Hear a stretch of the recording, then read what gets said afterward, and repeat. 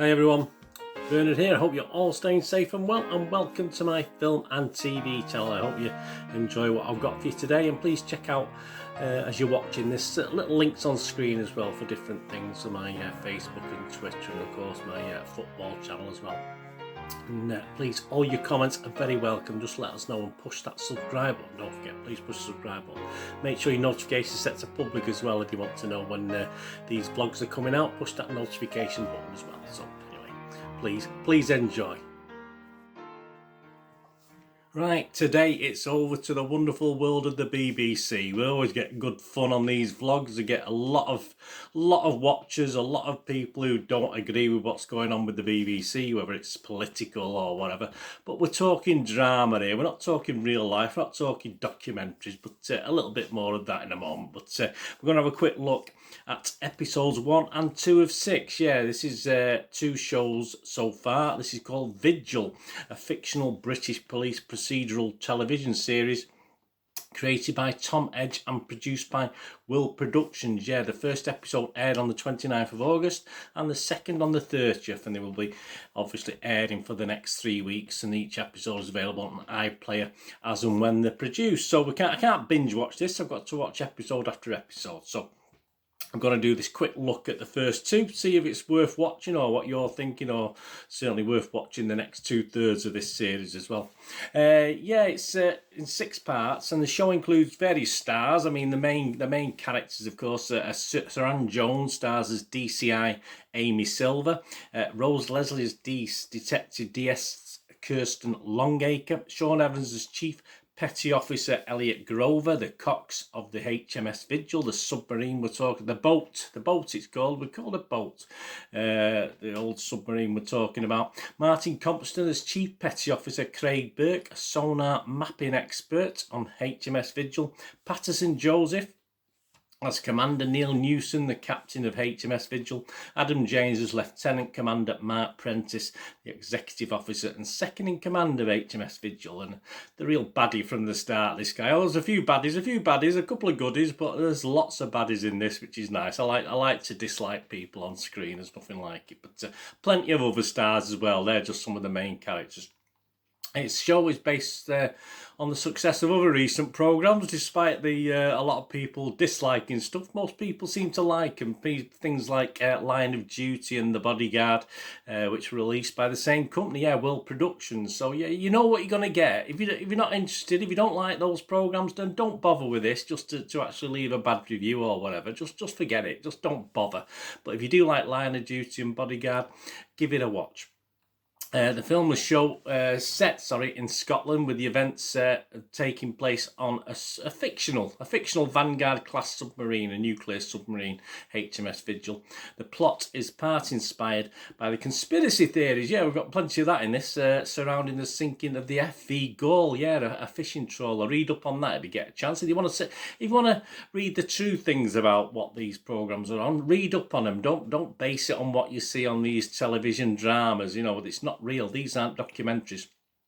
So what's it about? Well, the mysterious disappearance, basically, of a Scottish fishing trawler and a death on board a Trident nuclear submarine bring the police into conflict with the Navy and British security services. So conspiracies are plenty here. MI5, MI6, even the CIA are probably going to be involved at some stage, who knows. But this is what you get. This is the bang you get for your buck in this.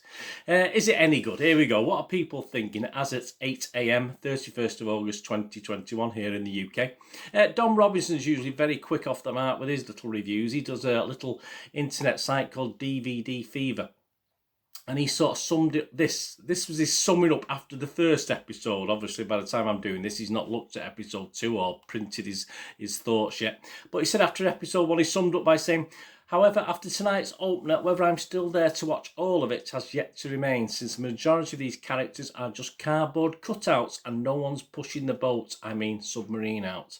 There was more life in Martin Compston's cadaver." Well, obviously, yeah, you do know that very early on in the series, so there's no spoiler there.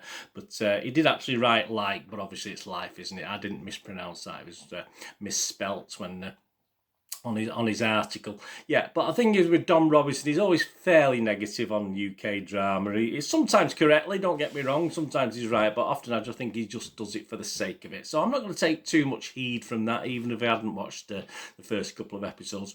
Internet Movie Database, yeah, 387 scores have been left so far, and as you'd expect, pretty up and down with the views on this, and it's no surprise to me with the BBC. Please give us a like now, because I know I'm going to get some thumbs down for this, because I always do, because it's a BBC drama. So please, if you're still there with me, please give us a thumbs up now. Help me out. I need a few more thumbs ups. Yeah, Internet Movie Database, 387 reviews, 7.6 out of 10. So that's fairly good standard for a good British drama thriller, if you like. Of that 387, 323 scored it 6 or more. So 84% of the viewing public seem to like this, whether it's, say, a predictable type conspiracy theory thriller or not. They do. That's a fact. That's the results that we're showing. But here we go. Here's some of the comments left on Internet Movie Database. A guy called, or it could be a guy, it could be a lady, Fairly Hag commented on IMDb, left a headline, "Every second is painful to watch." And this was his comment. I'm going to read his out in total because it's quite interesting. "More cliches and a bucket of cliches in the cliche shop. The cop with the troubled past, the soldiers with the rude defensive aggression, the bizarre, slowly unravelling story, the coincidences, the painful narrating and signposting of the story, the disconnection of reality, the pantomime characters, the copy and paste script, piggybacking off a few good men." Yeah, so there you go. That sort of sums up the negatives, I think, on this one. Other headline negatives: "Not great BBC," says someone else. Another watcher said, "Predictable BBC woke rubbish." Someone else said, "Sunk." Yeah, okay. And someone else, "Loads of fine actors but embarrassing storyline." But we're in good books here. We're in the positive, aren't we? This score, we're 7.6 out of 10. So there's got to be positives as well. And some of the headlines from the positives: "Enjoyable despite the flaws." Absolutely. "It's a drama, not a documentary." Yeah, read my thoughts in a moment. "Exciting new thriller with great potential." Someone else said, "Saran Jones delivers a masterclass," says someone else. And someone else, "Inaccurate but entertaining." Yeah, I think I've had to say 3 words to explain this series. I would probably use those 3 words myself. So there we go, Bernard, here we go. Get on my little high horse first. Please remember, this is a drama. Dramatic license is used to increase attention. So certain facts about a nuclear submarine, that what would happen in certain circumstances, may be fudged just a little bit for dramatic effect. Yes, of course, as goofs, things wouldn't happen in a nuclear submarine that were being shown, but it's all for dramatic effect. This is not a documentary. Please also note that, people who don't like these sort of things and will have a good whinge about it. Also, I watch this to be entertained. I watch these things to be entertained. I don't worry about the political aspects of it. I don't worry about what the writers and producers might be trying to brainwash me into thinking. I've got a brain of my own. I don't have to watch something like this to think, oh yeah, perhaps my thoughts in life are totally incorrect. So don't take anything. Don't take anything. It's dramatization. It's just as it is. I don't take anything as gospel.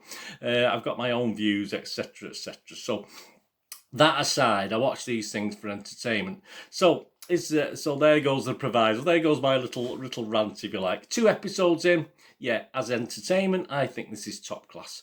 Unlikable characters, likeable characters. Although there's a lot more unlikable at the moment. Although some are sort of mellowing as we get to episode 2. Conspiracy theorists and deaths slowly building. I'm not sure whether H shall actually make an appearance in this, but you wouldn't be surprised. But hey, so what? It's all part of the fun.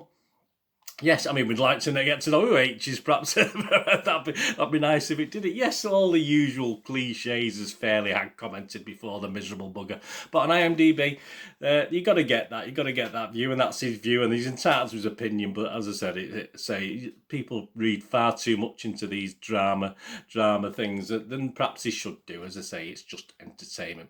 I just want to chill out and love and hate what's going on the screen, and I do. Some things frustrate me, but yeah, that's all part of the entertainment. That's life isn't all roses, is it?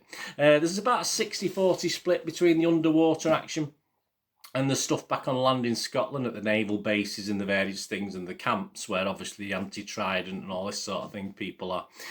So it is pretty well balanced, and you just as you get a little bit claustrophobic under the sea, you're released to the wilds of Scotland again, so it sort of calms you down just a little bit, and there you go. The acting, the bunch of actors, yeah, very favourable. I mean, I'm not always impressed with the line, wasn't always impressed with the Line of Duty lineup, to be honest with you. I think there's some quite wooden actors in that, but I think this has quite a good bunch, and especially Saran Jones. She just gets better and better for me as she ages, and well, no, she doesn't age, she's still a young lady, isn't she? But she's excellent and sort of perfect so far for this role she plays. And yes, she does play the troubled officer who's had a troubled past, etc, etc, but so what, that's all part of the dramatic license. I did think episode 2 actually was a big improvement on 1, and I can see perhaps where Dom Robinson is thinking with episode 1. I thought it was good, don't get me wrong, I enjoyed it, but I thought episode 2 was a vast improvement. So I'm hoping for things going forward that will continue that sort of edge of seat and edge of the seat sort of excitement, and not get too overcomplicated with the conspiracy theories. As I say, I do tend to turn my brain off just a little bit with these things to enjoy them properly, but I just hope the conspiracy theories don't get too involved. Yeah, but the conspiracies are building and the murders are building as well. So there you go. That's just a third of the way in this 6-episode drama. So in my opinion, it is a great little watch. As I say, it's not fantastic. It's not gonna change British drama going forward for good or bad, but yeah, I just can't wait for episode 3. I'm quite loving it. I hope you are too. And as I say, if you're not a fan of Line of Duty, The Bodyguard, that sort of stuff, conspiracy theories and the rights and wrongs of political aspects of it, don't bother watching. Just go and read a book or go and watch a Disney film or something. And even they'll be political, won't they, these days? So you can't win anyway. Just don't bother. Just don't bother leaving a comment, because obviously you're not into this sort of thing anyway. As far as entertainment, it was entertaining for me anyway. So I'm going to give it 7.5 out of 10. Which for me is pretty high, as you know. And as I say, I may come back with a full series thing. I doubt it. I don't usually do that when I do these little ones. Obviously, it's just to give you a view of, obviously, early doors. If I can binge watch stuff, I do. But obviously with this, so 7.5 out of 10. If it reduces anywhere drastically over the next 2 or 3 weeks, then yeah, I might come back on and say, oh, forget it. Don't watch it if you've not watched it. It was terrible after all. But I doubt it. I doubt it very much based on what I've seen so far. Anyway, thanks for watching. Let me know your views anyway, please. Positive views. I don't mind. We've all got our opinions, of course we have, but there's no need to be nasty or whatever about it. Just tell them what you thought. As I said, I can fully understand any criticism, because as I say, there's lots to criticise, but I just enjoyed it for what it was. Anyway, thanks for watching. What are we going to do the rest of the day? Have a great one. Look after yourselves, look after friends, look after your families. More importantly, let's all look after each other till we meet here again on the Film and TV channel.